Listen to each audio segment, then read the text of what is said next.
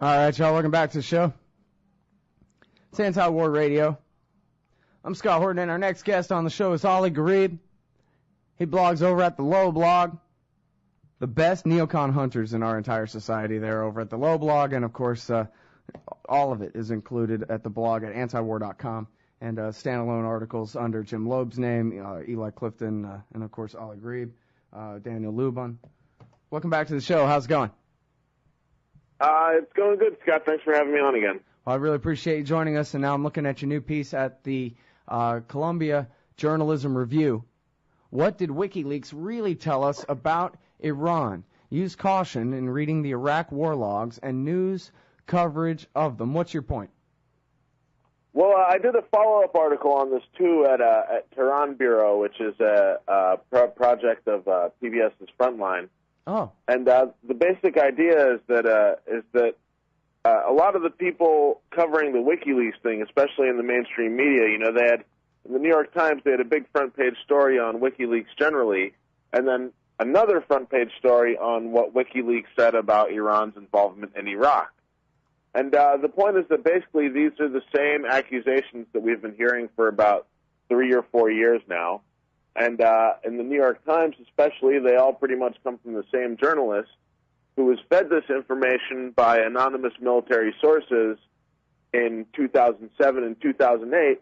And now they're coming to us again, and he's acting like these WikiLeaks documents are confirmation of something he reported before, when really it's likely that these were the documents that these military officials who were speaking anonymously before to the Times were reading. So really it's just reporting the same thing twice and acting as if now it's been proven. And more troubling maybe is that a lot of these documents were based on anonymous single-source accounts, so these are from people in the street, and they're unnamed. And then then you see a pattern of them, and people say, "Oh, look, this is a pattern. It must be true," even though it's all single source and anonymous. But the fact is that we've seen that movie before, and that was with Curveballs allegations in the run-up to the Iraq War about the famous mobile biological weapon labs. And Curveballs reports that were given to German intelligence and then passed on to U.S. intelligence ended up in 112 separate reports by the Defense Intelligence Agency. So, there was the same thing there. They said this guy Curveball's an anonymous source, but look, here's a pattern. And really, there's just not much to it. And, of course, Iran's supposed nefarious activities with the anti-American Shia Iraqi insurgency is trumpeted as many Iran hawks as a justification for more aggressive and escalating actions against Iran. Yeah. Well, that about sums it up. Yeah, concisive. All right, I'll talk to you later, Scott. Thanks No, I'm just kidding. The thing is, what you're talking about more than anything is the journalism of a guy named Michael Gordon. And for people who were listening to Anti-War Radio back then, this was something that we covered virtually every day. Jim Loeb, of course, and antiwar.com and the whole group. This is something that Gareth Porter, especially, also IPS News, Philip Giraldi, so many good journalists, and covered this at the time. And that was, at the dawn of the surge, they said, not only are we not adopting the Baker Plan and getting out of Iraq, we're going to replace Rumsfeld with Gates, the so-called realist, while we double down the neocon plan and the Pentagon's plan to double down the war. And as Bush just announced in his speech in January of 2007, and from now on we're blaming everything wrong in Iraq on Iran. And so we're going to try to pin a bunch of lies on them. Everybody get ready. And then there it came, and it was that I guess an Arab is just incapable of making a homemade landmine with a copper core, and so these must be coming from Iran. And they never proved it. And Michael Gordon was the number one conveyor of this propaganda back in 2007. And they even had like a big press release thing where they gathered a bunch of reporters and they displayed out these weapons, and then it was a big joke. And they canceled it. David Petraeus was supposed to come and debut the weapons, and he canceled. And meanwhile, there were, 25 different reports that there were factories in Iraq that were found where, here's where they pressed these copper core made EFPs in Iraq. Yeah, you can. There's a link to a great version of that story about the canceled press conference in my Tehran Bureau piece. Tina Sussman, when she was in Baghdad, covered it for the L.A. Times, and she's a great conflict correspondent. She wrote it up, and it's pretty funny. There was no proof that any of this stuff came to Iran, so they had to cancel the press conference. Yeah, and there was actually because we made such a big deal about this over at antiwar.com. I remember somebody sent me a link. I had always thought that Patrick Coburn, writing in Counterpunch, was the first to say, I went to this bomb factory and these guys were making these EFPs with copper cores in them, or maybe the military found it and he went there with them or something, or after them. But then someone sent me a link to, I think it must have been Time, but it could have been Newsweek, but it was one of the two, and it was like this PDF file of this kind of really in-depth, almost like RAND Corporation or military type document examining these new armor-penetrating EFPs that were new and improved and how they work and where they come from. And there was no indication then, because it wasn't the political spin, that these must be Persian weapons or something. Of course, Gareth showed that actually these came from Hezbollah. And I think they learned it from the IRA, who learned it from the SAS or something like that. I mean, it had nothing to do with Iran at all. And in fact, the whole war, as you know, Ali, was to install Muqtada al-Sadr and the Supreme Islamic Council and Ayatollah Sistani and all of their puppets in power in Baghdad. How could they be the enemy? Yeah, it's really, and Michael Gordon especially is, it's troubling to watch him write these sort of articles with weak caveats and weak explainers. Because, he was Judith Miller's writing partner in 2002 and 2003 when they were writing all these hugely influential stories about Iraqi weapons of mass destruction, the famous aluminum tubes one that I think was on September 8th, 2002, and then a follow-up on September 13th where in between those two stories, a nuclear expert at a D.C. think tank had told Judith Miller. He had been feeding Judith Miller information. This was a guy who was hostile to Saddam, and he had been feeding her information, and he told her at the time that there was some doubt, even coming out of analysts at the State Department and the Energy Department, that these aluminum tubes were for centrifuges for making nuclear fuel for weapons. And nonetheless, when the September 13th follow-up came out, between which David Albright had spoken to her, this dissent was dismissed as a footnote by an anonymous administration official.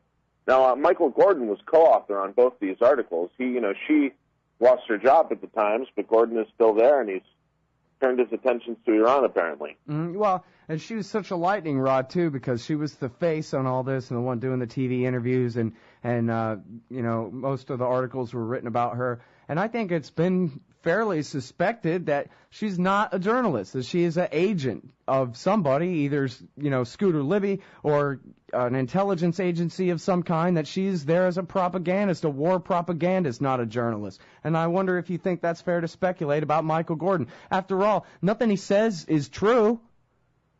Yeah, I don't know if he's a propagandist or if he's working for someone. I wouldn't make accusations like that, because when I make accusations, I like to have evidence to back them up. Yeah, I know. I just like to be suspicious of people out loud like that. I'm not making any assertions either, but I think it's fair to be suspicious. Who are these people anyway? And David Sanger, too, with all his Iran's nuclear weapons program that he just drops in there like it's proven to exist somehow and then keeps writing on.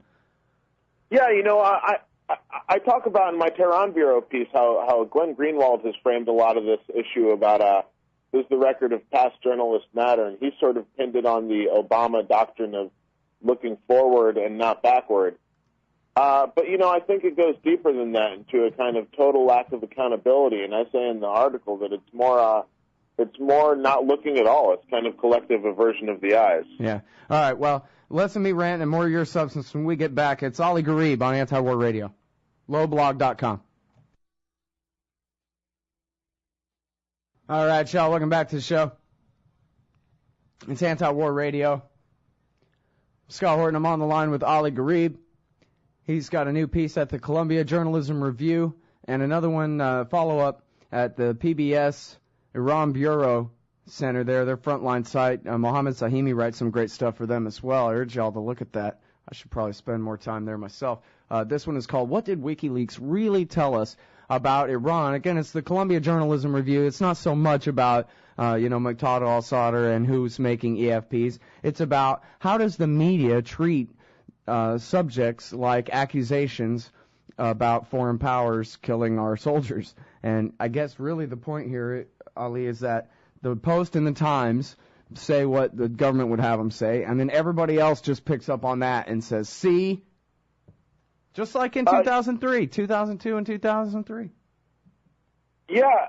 I mean, it's really amazing to watch. In 2007, when the EFP stories started to come out, the Times then public editor came out with a piece about how there were some caveats and there was a piece dedicated to dissenting on this, but none of those things were written by Michael Gordon.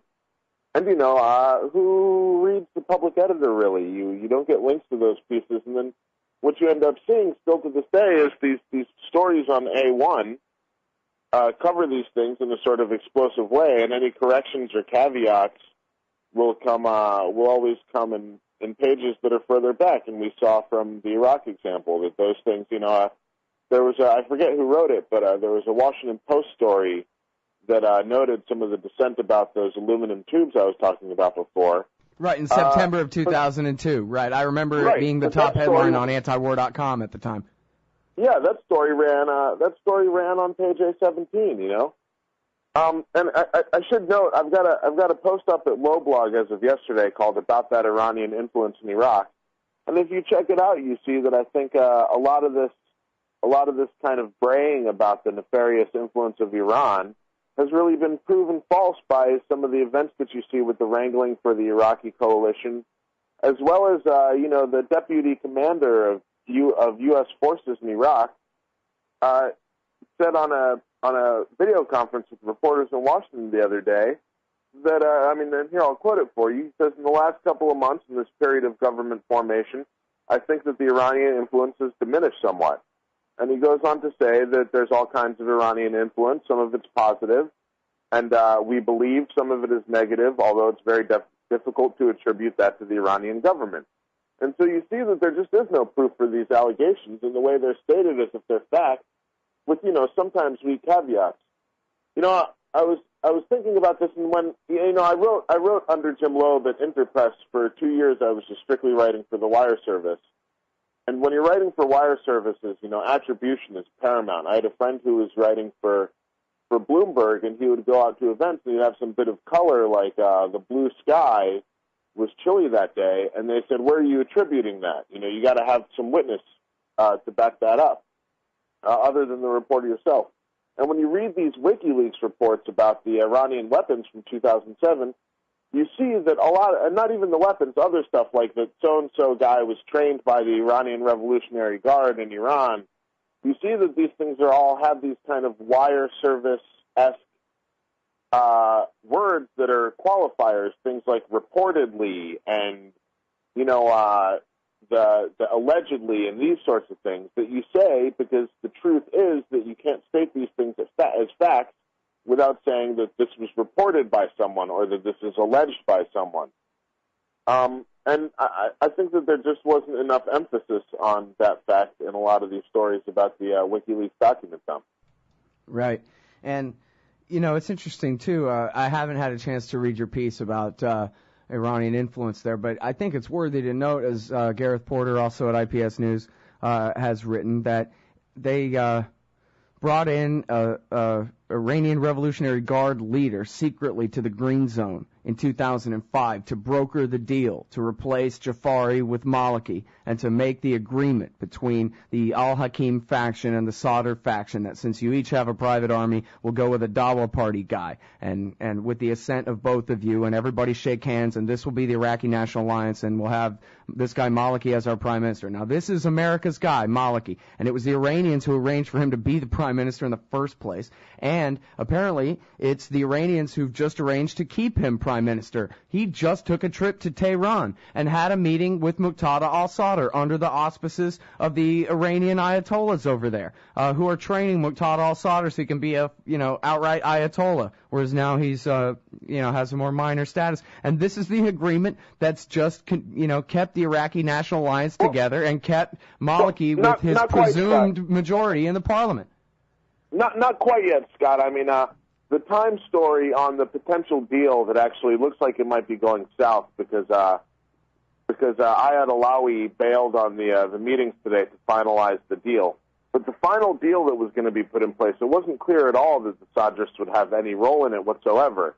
Moreover, Sadr is trading in Qom because this is a holy Shia city, and it's where he went when he left when he was being attacked by Maliki's forces. Wait, so you're saying the deal was supposed to be between Maliki and Alawi and not Maliki and Sadr? Then it changed in the last week or something. I lost track somewhere. Yeah, this report just came out yesterday. It came out. I saw where Alawi walked, but I guess I didn't read all about it. But I had thought that the pending deal was between the Sadrists and the former Dawa guys, the Malikis guys, rather than with Alawi, the CIA guy. Yeah, that was the deal. That was the deal as of a few weeks ago. But as of yesterday, it wasn't clear that the Sadrists would have any role in it anymore. And even I would even question the level of Iranian influence on Muqtada al-Sadr. There's no doubt that he is in Iran and therefore beholden to them for some of his security needs. But this is a guy who's been known for nothing but his nativist streaks. While guys like Maliki and his Dawa party were based in Iran during the reign of Saddam Hussein, the al-Sadrs stuck it out in the slums of Baghdad. Right. And that's part of what gave them their enormous street power. Well, it was America that drove him into Iran in the first place. It was the only place he was safe. Yeah, it was Maliki and America's assault on his Mahdi army during the end of the Civil War there. Yeah. Well, so now you're saying, I don't know, I don't see a government forming there without Muqtada al-Sadr, without there being a war. I mean, he's got the most natural power, the most natural constituency among the majority population that now dominates the land between Baghdad and Basra. How could he be out? He's the kingmaker of the whole deal. Well, what they were trying to do, and it's funny, Eli Lake, who's a neoconservative reporter at the Washington Times, but actually, is actually a very good reporter. He had a nice article yesterday that really, it portrayed Obama's efforts to help form the government in Iraq as a failure, and indeed they were. Obama had put in calls to try and ask Talabani, the Kurdish president, to get out of his seat so that Ayad Alawi could be president while Maliki was prime minister, and Talabani basically said no. The deal that was floated yesterday, the negotiations for hammering out the details over which is what Alawi walked out on over the past 2 days. But reported early yesterday was a deal that would put Alawi as the head of a National Security Council and would establish him as Speaker of the Parliament or his Iraqi coalition, not just him, and would leave Talabani in the presidency and Maliki as prime minister. But yeah, it's a continually morphing story, and the more and more comes out about it, the more and more apparent it seems that these coalition wranglings are based on the individual interest of the Iraqi parties. That doesn't mean that they don't go places. I noted too that Maliki took a trip to Rome to talk to Muqtada al-Sadr, but he also went to Lebanon and he also went to Syria. And that's what you do when you're trying to build some regional support for a coalition to show that your coalition can have regional support. You go around and talk to these guys, and that's not anything. That's not any nefarious influence or Iran pulling strings or anything like that. I think these guys are just acting like Iraqis, and they're vying for power amongst themselves. And I'm not sure what the influence of either Iran or the U.S. Is on these wranglings, and that might just be a good sign. Yeah. Well, you're certainly right that Sadr's history was of the nationalist variety. He wanted to be Iraqi first, and that was always his problem with al-Hakim and the Supreme Islamic Council, which is now dominated by him. Now that al-Hakim is dead, it was that they were more interested in sort of a federalized Iraq and a Shiistanian sort of alliance with Iran, which he never wanted. And then America the whole time said he was Iran's puppet, not al-Hakim and the ones we were actually working with, and made an enemy out of him and drove him into Iran, I guess just because he was not so pliable. But it still seems to me, now that al-Hakim is dead, and as you said, the Dawa Party guys weren't in Iraq, they didn't slug it out. It seems like as long as Sadr's alive, he's going to be the natural power there one way or the other. Yep, sounds about right to me. Yeah. Well, anyway, I guess we'll see, too. And, I had a brand new Patrick Coburn piece here, but I hadn't had a chance to read it yet either. So I think he was saying Malachi's going to stay, but diminished. That Anyway. sounds like it could very well be the case. All right. Well, listen, everybody. That's Ollie Gharib, LobeLog.com. It's not .org, is it? Yeah, it is .com. It's right in front of me. LobeLog.com and antiwar.com/blog, of course. And I really appreciate your time on the show and all the work you do. All you guys. Hey, my pleasure, of course, Scott. Thanks very much. All right. Peace.